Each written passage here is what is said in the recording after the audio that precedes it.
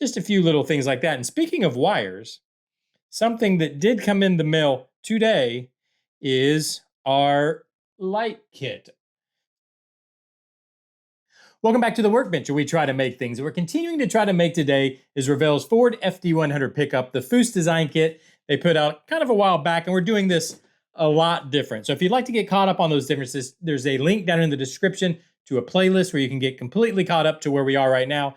And where we are right now is finishing out the stuff, I guess we'll say, that's in the back of the bed. So we've got our air ride set up and our subwoofer enclosure, and then all our beauty panels, which I have got painted up and installed, and it's all coming out and probably being done again. So let me just show you what's kind of going on. First of all, sorry about no video yesterday. To get this done, I had all kinds of printer issues and it just ran too late and I couldn't get a video out. So I rushed this through today, which is why if we look back here, in fact, let me pull this beauty panel out. Whoops, I didn't mean to pull everything out. We'll leave the speaker box in there. There we go. You can see, well, let me hold it up a little better. And you can see we got the, it's kind of smudged. The chrome paint, I hate it. It's my nemesis. And it got smudged on there. And, you know, I had the paint on the tank and on the controller box, like beautiful. It looked just like the body. And then I got chrome paint smudged on it because I was trying to rush it together, quite honestly, to do this filming. But that's okay. We get to take a look pretty much at how that's going to look back there. I did get the beauty panel on the front of the speaker enclosure, so you can see that. It's going to need a polish, just like the rest of the paint does. And then I did go ahead and print out, or I modified this a little bit and printed out. I made it thicker, and I think I made it too thick. It needs to be thinned down a little bit. Well, two things need to happen. One, I need to thin out this beauty panel because it's sitting just a little too proud, but also it's sitting too proud. You can probably see getting a bit of a gap. Where's something I can point with here? Getting kind of a gap in there. And that's because the speaker box, and I didn't think about this when I was sizing everything out, the speaker box is now sitting on, you know, carpeting or on the flocking. So it's holding it up a little bit too high. So this is not down as low as it needs to be. So what I think I'm gonna have to do, pull the box out, I'll go in and just kind of scrape that flocking out of there. So then the speaker enclosure will sit flat on the bottom of the floor, of the bed floor, and then this should sit right down. I mean, it pretty much look, I mean, it's real close, but there's just a bit of a gap, more of a gap right there than I want. And that what that gap is doing is when I bring this back to where it needs to be, it's kind of putting an arc in it. You can probably see it from this side this way. It's putting an arc in it because it's being held up back here. But I think it's going to look good. So I think it's probably proof of concept. I think we're probably making the right choice, not putting the interior panels in. I guess, sure. This is the route. This is the way we're going. I do think it is going to be better without those panels in there. I just need to make these a little bit of adjustments, and I'm going to print out the air ride setup for the third time. In fact, what I think I'm going to do is I'm just going to go ahead and print like 3, 4, 5 of them, and then just have, you know, use the best parts that I can to create one.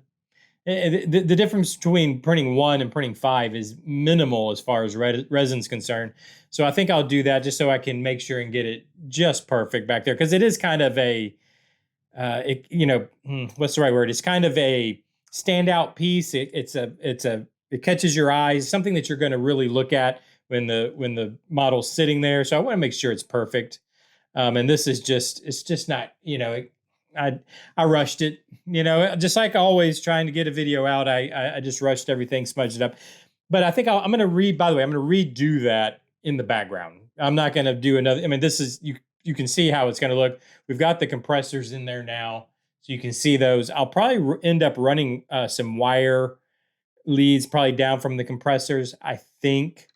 And maybe, I don't know, I have to look and see what I want to do as far as just a few little things like that. And speaking of wires, something that did come in the mail today is our light kit. So this is, I have, let me show you. This was the lighting kit, what it came in. And I do want to go ahead and mention, because it's actually, I think it's pretty nice. This is from Evan Designs. I didn't want to mention where it was from until I knew it actually worked and like I liked it and everything else. And it looks pretty nice. And they've actually got a lot of really cool stuff over there at their website. Let's see, I'm sure it's just evandesigns.com if I remember. Let's see what it is. Yeah, evandesigns.com. You can go over there and see everything they have. I think it's pretty nice. And if you do go over there and check out what they've got, leave a mention that I sent you, maybe. I think that'd be pretty cool, because I really kind of dig this. This is well put together. What I'm amazed by and very surprised by, can you guys even see the lead in my hand and the die? It is tiny. It is tiny. Now, this is the smallest. It's what they call their Pico size. They have two sizes larger. I didn't realize this was going to be so small, but watch this. It's actually, I don't know how well it shows up on camera. It's pretty bright.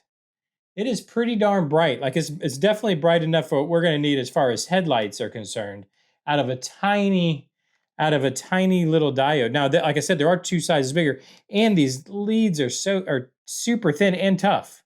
They're actually pretty tough, so it's not like they're fragile. It's not like that. I've had some thin wire in the past, that hair kind of thin wire that'll just break in your hands. This is not that. This is nice.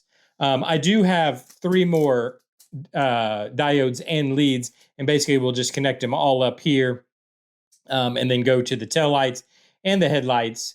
I did have a good comment of, this doesn't really make sense. Why would you leave your headlights and tail lights on? And well, I mean, that does kind of make sense. The car is just going to be sitting there with its headlight and tail lights on. I don't know. Maybe my wife was driving. She left the lights on. I don't know. But it's good practice. It's good practice. And I think we've got some builds coming up in the future where I think we can incorporate these kind of things more into inside the vehicle. Kind of, we're going to be doing some lowriders which need things lit up. So that, I think we're going to have some good use, and this will be good practice on actually making it work. Now, the only thing we have to do here, that's going to fall out in it. There we go. Is figure out how we're going to get this battery in here. So the only part that's kind of big is the battery. Oh, I forgot to mention too, I did get the touch sensor. So this is actually the touch sensor here, but it has this lead with a bare wire. And so all you have to do is just touch the bare wire. So I have that we can work in too, if it makes sense to, which it might, I think. We're going to have to see what it's going to take to get the main thing we've got to get done is get the battery to fit in here. And my thought was to do a fuel cell, fuel tank, whatever, right here. And I think we'll be able to, because we've got to get the leads and the power button kind of, in here. It's going to be tight.